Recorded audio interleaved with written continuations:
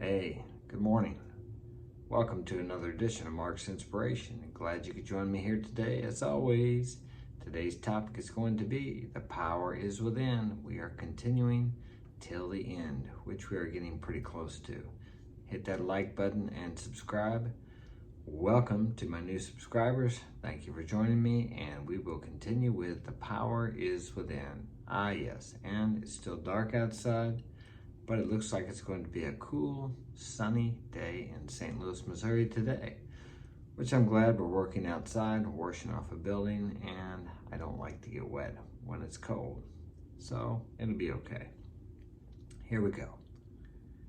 We are on location 1040, reminds me of the tax season, and we are starting at we are not capable of doing it. Okay, here we go. Not capable of doing what? You are capable of doing anything you desire, except for running your own life. I know that sounds contradictory, but you have to let that higher self, the power within you, God if you like, run your life, and you just be the co-pilot. That works out well. Set your intention, follow your intuition. Here we go. We are not capable of doing it because we cannot see the big picture. We tend not to follow the directions we're given, and we end up angry, resentful, and depressed. Part of the problem is we all have a different show we would run than anyone else on stage. I tend to think I know what's best for other people, but they have free will just like I do, and what they do affects me, but I can't see the big picture any more than they can. How everything needs to work together so everyone can have the good. Even when our intentions towards others are good, we still wouldn't direct their lives toward the most successful outcome because we do not possess the wisdom and knowledge to do so. And we judge by appearances here, by what we think is good in the world. But there's a bigger, grander picture than that. You're here to grow spiritually or metaphysically or to expand. And you don't know what's going to expand another person. You actually don't even know what's going to expand yourself. Sometimes we need a little nudge to push us into doing something we're uncomfortable in doing. And then after we do it, we have grown, we have expanded, and we are glad that we did. But had we not had that little nudge to push us, we never would have taken that first step. Bill Wilson was a hopeless drunk. He's the founder of Alcoholics Anonymous. He made his bad decisions eventually led him to be locked up in an asylum. Once inside, he met people and ended up having an experience that helped him quit drinking for good. He then created Alcoholics Anonymous. Had you or I seen him on the streets and wielding the power to direct his life, did what any good person would do, made him stop drinking, he would never have had the experience he needed to have to later help so many people. We didn't know the big picture and would have done a lot of harm by snapping him into sobriety. That's why it's so important to keep our focus on taking positive steps to create our inner world of peace and success. It keeps us from focusing on the negative going on around us. It also keeps us from creating more negative, not just for ourselves, but for others. What you believe, so will you create. You, for example, were once just a belief in the mind of your parents. Now, here you are. Amazing. Today I was coming home from taking my daughter to school and passed by the house of a lady I know. She had reached out to me back in the spring about painting a home she had not yet moved into. I hadn't heard from her since. Though we are friends on Facebook, I hadn't seen any of her posts in a while. I thought as I drove by her home, I should stop and give her a copy of Coming Back Home. It's my other book, my first book. Instead, I just kept driving. There it is, I thought, that intuitive urge, but I didn't listen. I thought about it all day that day, going back and forth in my mind. She has surely seen it on Facebook, I reasoned. If she wanted it, she would have already bought it. As far as you know, she doesn't even live there anymore. She may have bought the house, moved into it, and had someone else paint it. Maybe she even blocked you on Facebook, on and on. My rational mind threw up block after block to keep me from listening to this inner voice. But it never stopped nagging. That evening before a late meeting I had to run to, I finally gave in. I knocked on her door and told her I had just stopped by to give her my book. She insisted I come in, to which I told her I only had a few minutes.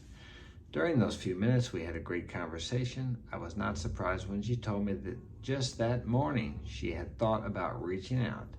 She had wanted to read the book as friends of hers had mentioned it, but she couldn't order it because she doesn't use Amazon.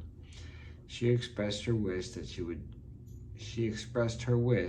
would have just called me. I believe she did. Isn't that amazing? See, but my thinking, rational mind stopped me from doing it until finally my intuitive mind nagged me so much that I just stopped there.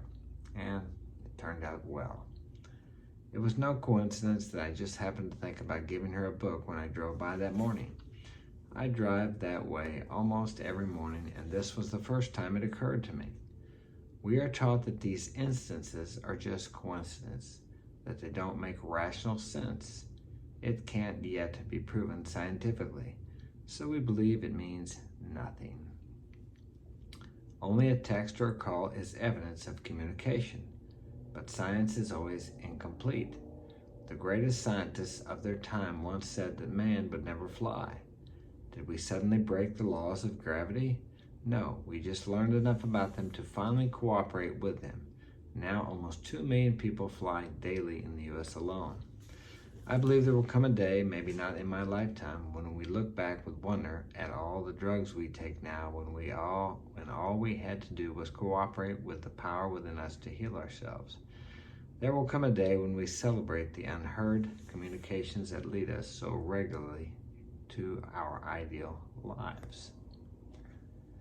Well, I'm going to stop there today. I know it's a short one, but you need to listen to that intuitive guidance. We all have it. And you also have a moral compass.